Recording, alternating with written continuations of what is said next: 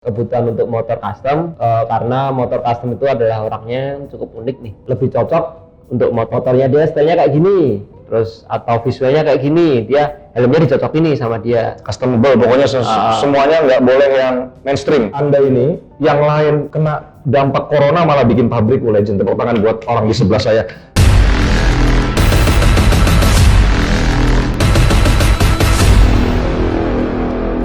Assalamualaikum warahmatullahi wabarakatuh. Balik lagi bareng gua Polisi paling gas, Joni yes Papa.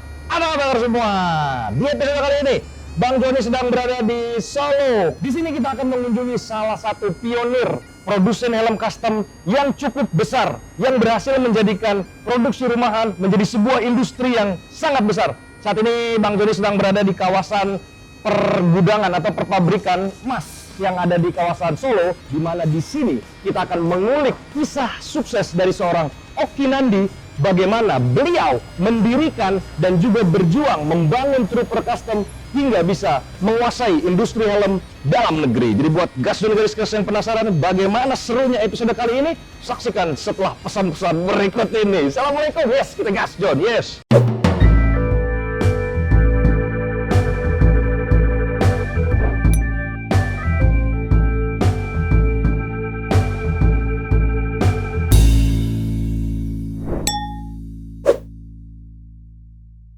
Oh Joni, masih di episode paling kocak apa lagi, bukan di gas John. Dan masih bersama saya di Trooper Custom. Di sebelah saya sudah ada, ini jenenge siapa mas? Oki Nandi. Oki Nandi ini adalah pemilik dan juga owner dari Trooper Custom. Ya. Pertanyaan saya, apakah seorang Oki muda saat pertama kali membuat helm, itu apa yang ada di benak kepalanya? Kenapa helm? Karena dulu saya kebutuhan mas.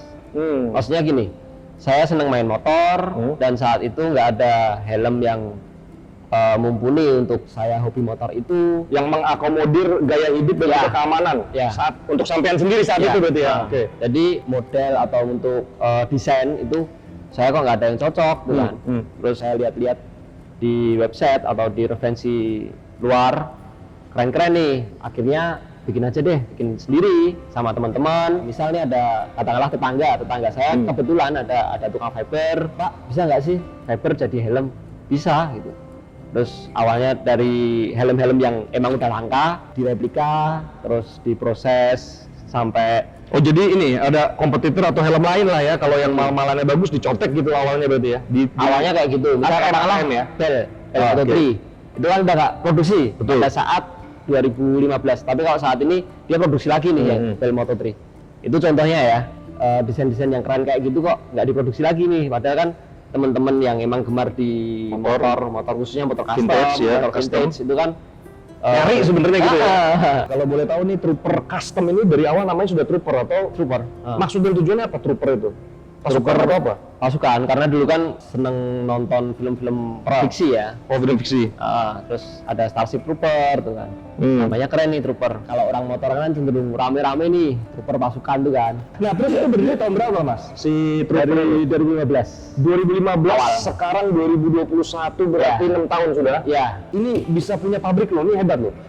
Soalnya kan ini kita bicara soal kalau helm-helm seperti Cargos itu kan memang industri ya. Tapi kalau kita bicara Trooper, ini benar-benar sebuah brand lokal yang berawal dari rumahan, betul? Dari rumahan. Nah Mas, bisa diceritain kita flashback ke tahun 2015. Apa yang ada di benak seorang Oki bikin helm itu dan bagaimana memulainya? Awal tuh karena itu kebetulan tetangga ada tukang fiber, dia tanya ini material fiber tuh sebenarnya bisa nggak sih buat helm? Itu sebenarnya malah helm berbahan fiber. Oh, dulu justru helmnya fiber. Contoh aja DMI. DMI yang dulu itu kan fiber. Rata-rata emang fiber. Karena emang saat itu mungkin plastik teknologinya nggak sehebat saat ini kan. Jadi memang saat itu helm-helm itu berbahan fiber. Tapi bahan fiber itu dia prosesnya lama waktu itu. Terus dia dibandingin plastik materialnya lebih mahal. Lebih mahal fiber ya? Tapi kalau untuk kualitas sebenarnya bagus fiber. Nah itu soal kualitas, tapi kalau soal keamanan? Keamanan pasti dong. Ini kalau saya banting kuat nih? Kuat. Kalau ke muka sampean? Muka tetangga aja deh. Muka tetangga ya? Jadi kalau kita bicara fiber itu memang fiber itu identik dengan biasanya body kit mobil itu ya? Memang kenapa fiber itu difavoritkan di dunia otomotif? Memang mungkin karena teksturnya lebih mudah diatur dan kuat juga kan? Dan mudah diperbaiki ya, kalau mobil itu kan biasanya ada Ya. Biasanya ada serat-seratnya ditambah-tambahin tuh ya. Tambahin bisa. Saya nggak menyangka loh, ini emang perlu tempat segede ini untuk membuat helm. Perlu nggak perlu sih. Jadi maksudnya karena di sini kan kalian produksi, terus office juga di sini, Betul. office marketing juga di sini semua. Tapi kalau untuk karena kita punya misi visi ke depan yang emang mungkin harus banyak gitu kan. Jadi tempat memang ya agak luang nih. Jadi besok mungkin katakanlah pakai bagian tengah atau bagian mana. Karena ini ya masih banyak ruangan yang bisa dioptimalkan ya. Nah ini helm yang kemarin kita kerjasama nih ya. Jadi buat Gasdon garis keras, jadi kebetulan Gasdon dan juga Trooper mengadakan kolaborasian ya. Jadi kita memproduksi sebuah helm yang modelnya seperti ini ya. Mas, kalau bicara ini kan soal kreativitas juga ada ya. Selain Trooper ini berawalkan dari teori ATM atau amati, tiru, dan modifikasi, tapi bagaimana perkembangan itu berjalan? Apakah tetap nyontek atau kalian berinovasi dengan model-model lain? Karena ini belajar autodidak ya. Oh, Maksudnya belajar kita kan belajar di jalan. Pernah belajar berarti sampean? Minimal D3 lah. Jadi itu dari proses itu terus sampai saat ini kita bikin model sendiri. Jadi sejak kapan tuh mulai berani membuat model sendiri? Berjalan setahun, terus sudah mulai nyiptain model sendiri. Karena biasanya kalau kita bicara helm lokal, John, itu biasanya produsen-produsen lokal itu main amannya itu di helm-helm yang ini nih ya, half face yang slim gitu ya. Terus yang begini-beginian nih juga cakil-cakil mulai banyak yang berinovasi. Tapi saya melihat Trooper itu inovasinya cukup ngocol dia. Dia bikin helm sepeda. Jadi perbincangan saya sama Oki ini masih seru ya. Cuma karena di sini cukup panas ya. Dia sehari-hari bikin helm sepanas ini nih. Iya. Jadi buat Gasdon garis keras kita akan ngobrol ke dalam karena ada ruangan yang seru di sana. Kita akan ngobrol bagaimana Oki selama 6 tahun bisa membangun kerajaan bisnisnya yang bisa kita pelajari bersama. Jadi buat Gasdon garis keras, saksikan terus episode paling ngocol ini. Assalamualaikum. Yes.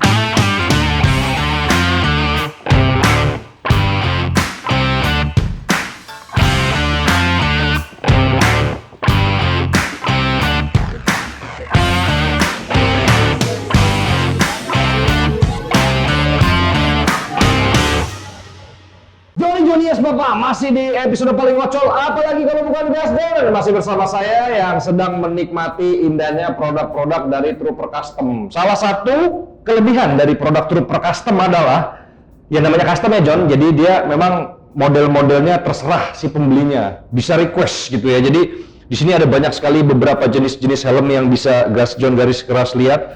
Modelannya tidak saja hanya helm half face slim seperti ini, tapi juga ada model X9 ini yang saya pegang dan juga banyak sekali helm. Seru banget nih kalau kita bicara sama Oki. Ki, tadi belum cerita Ki. Coba dijelaskan kepada halayak.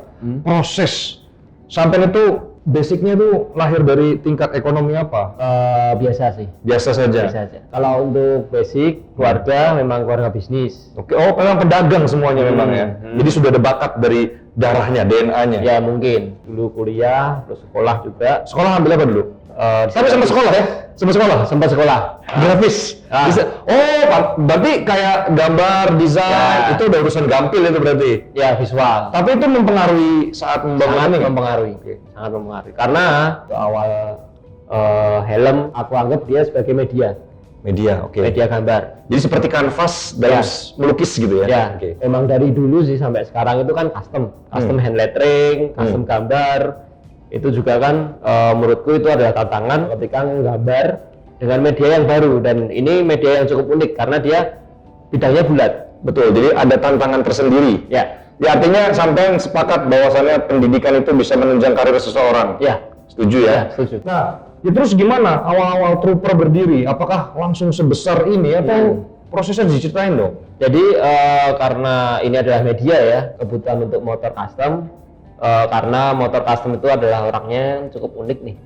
Lebih cocok untuk motornya dia stylenya kayak gini, terus atau visualnya kayak gini, dia helmnya dicocok ini sama dia. Customable, pokoknya semuanya nggak boleh yang mainstream. Ya, harus beda dan harus matching sama apa yang dia punya gitu ya. Emang semudah itu ya jualan helm custom yang notabene itu persaingannya melawan industri-industri besar seperti Cargos dan lain sebagainya. Ya, kalau dia mau mudah sebenarnya nggak mudah sih. Karena basically ini adalah kita komunitas. Jadi secara komunitas kita juga lebih enak bawanya. Maksudnya gini, ketika kita hobi motor nih, hobinya sama, terus ternyata kesukaannya juga sama, dan kebetulan ada teman-teman juga yang berkomunitas seperti itu, jadi mereka bisa support. Oke. Enaknya di situ. Jadi ada bantuan teman-teman juga dalam salah satu faktor yang membesarkan Trooper. Ya, betul. Itu terus kita juga berinovasi tentunya ya. Tentunya berinovasi, dan pelayanan ke customer juga apa ya, kalau orang ngomong kan Customer service. dari mulut ke mulut nih. Oh, word of mouth. Ya. Marketingnya melalui pembeli-pembeli yang sudah beli gitu ya. Ya, jadi itu yang paling mempengaruhi ke kita. Karena di tahun kemarin tuh saya sama teman-teman akhirnya saatnya ini untuk melangkah lebih jauh. Wih, menikah berarti. Maksudnya kita harus memang lebih profesional gitu kan. Dan sebelumnya nggak profesional berarti? Slow. Slow apa solo? Slow di Solo berarti. Ya udahlah, udah saatnya kita lebih ke serius tuh kan. Terus dan ini juga ngejar untuk langkah awal kita regulasi untuk SNI. Oke. Nah, dan kalau untuk SNI kan harus ISO, dan jadi ISO untuk sistem produksi ya, sistem manajemen. ISO udah dapat, terus kita tes di SNI.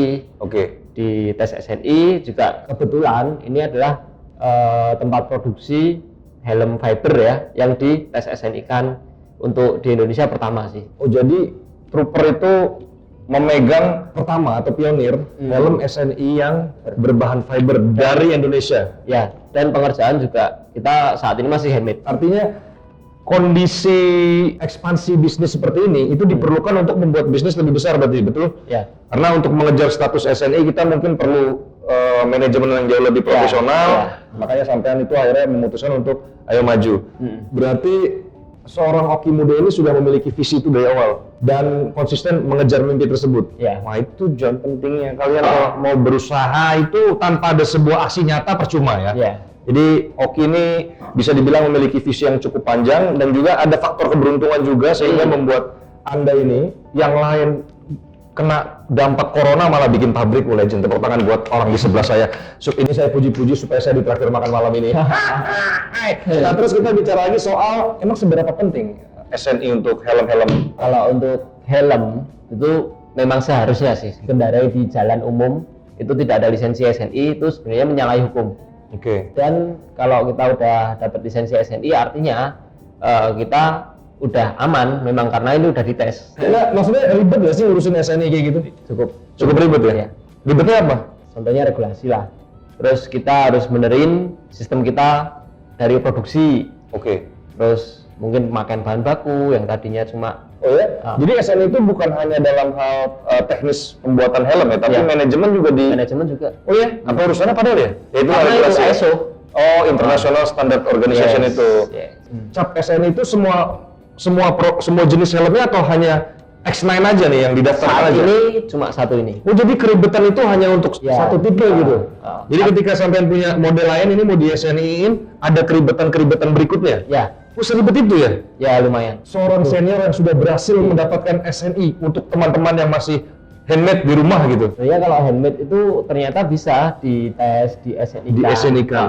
Kita harus menentukan standar mutu barang nih. Standarnya itu dipertanggungjawabkan lewat pengetesan SNI. Nah, artinya kita waktu produksi pun itu juga kita formula itu harus dipakai terus. Misalnya katakanlah butuh resin berapa gram gitu. Jadi nanti ketika hasil jadi pun beratnya, katakanlah ini X9 saat ini dia 1,3 kilo ya? Iya, sebenarnya usaha apapun kalau teman-teman itu cepat menyerah ya nggak jadi apa-apa juga. Iya, ya konsisten sih. Konsisten tapi ya harus punya daya juang tinggi, daya juang yang meledak-meledak.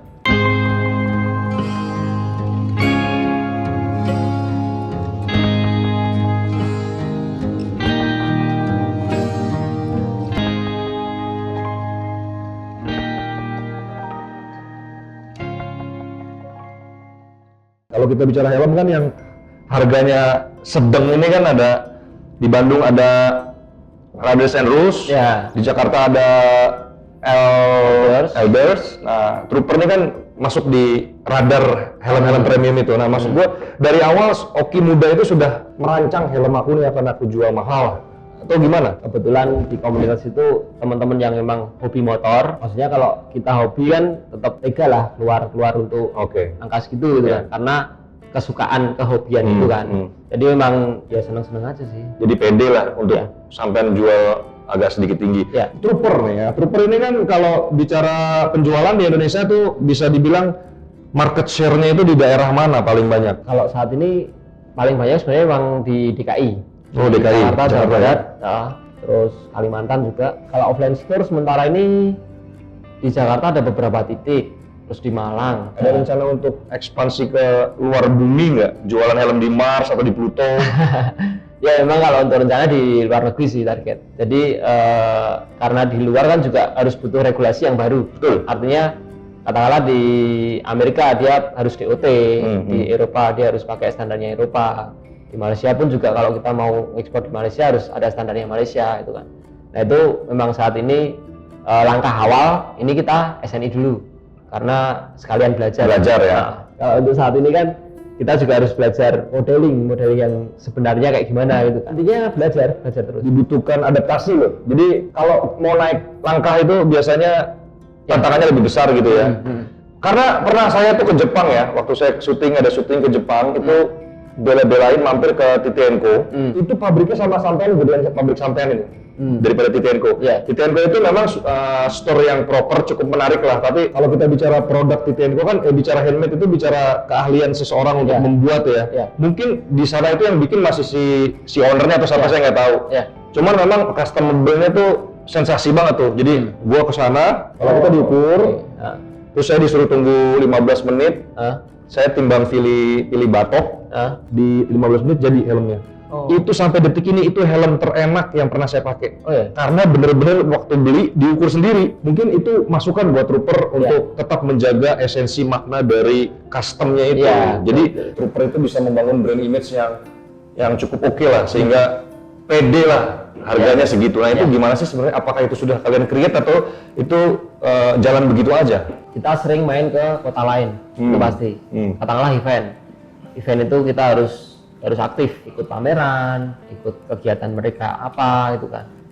Maksudnya nggak ke kota Solo aja. Nah itu untuk masukan kita juga apa sih yang bisa ngebangun kita gitu kan. Memperbanyak atau menggali referensi itu penting. Jadi kalian banyak keluar itu main di luar ya.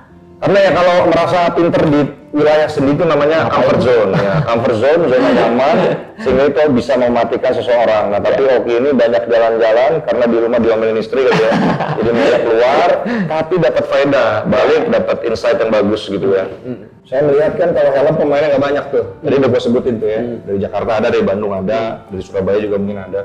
Nah, apakah Trooper itu memetakan mereka sebagai kompetitor? Enggak. Mungkin dia ngomongin referensi, partner, temen, bisa juga. Kalau untuk kompetitor kan cara pembelian mungkin ya. Tapi kalau untuk ide, terus gagasan tuh oke banget. Kompetisi itu justru sebagai ajang berlomba dalam hal inovasi gitu ya. Dalam hal karya. Apa rencana Trooper ke depan nih? Kayaknya udah mentok nih kalau secara bisnis udah punya tempat bisnis sebesar ini. Produksi, jualan, inovasi, terus inovasi nggak melulu produk ya, tapi promosi, branding, penjualan ke luar itu. Artinya bagaimana kita bisa menjaga konsistensi produksi sehingga konsistensi merek Trooper di skema ini juga bisa terus terjaga gitu ya. Nah, kasih tips and trick ini pasti banyak gasjon garis keras yang ingin memulai usaha tapi kok mandek. Kalau untuk mulai bisnis ya, itu seneng sih. Harus seneng dulu. Kalau kita seneng, capek pun jadi seneng. Betul. Terus kalau kita pakai otak tapi mikir terus nih, tapi seneng kan juga seneng. Jadi tidak terbebani gitu maksudnya. Jadi ya dibuat senang aja. Kalau nggak punya modal gimana? Kalau modal kan bisa pinjem kanan kiri. Jadi ada istilah banyak jalan menuju Roma itu sangat benar. Di episode kali ini kita bisa mempelajari bagaimana Oki itu bisa memanfaatkan peluang yang ada itu pertama. Yang kedua memanfaatkan kesempatan gitu ya kan. Terus belajar berinovasi dari tetangga-tetangga dan menjadikan kompetisi itu sebagai ajang saling belajar untuk menjadi inovasi gitu ya. Dan hal terakhir yang perlu kalian lakukan adalah percaya diri. Karena kalau kalian tidak percaya diri, kalian tidak bisa menjual diri sendiri. Iya kan, ya kan. Ini terima kasih banyak nih atas kesempatan waktunya. Semoga kerjasama kita terus berlanjut. Terima kasih, semoga dengan tayangan ini memberikan kalian wacana baru dan juga inspirasi untuk tetap berani berjuang di beratnya kehidupan. Seperti biasa, jangan pernah buang sampah sembarangan, patuhi peraturan lalu lintas dan sayangi keluarga kalian. Bang Joni dan Oki izin pamit. Wabillahi taufiq wal hidayah. Wassalamualaikum warahmatullahi wabarakatuh. Gasdon, gasdon, gasdon.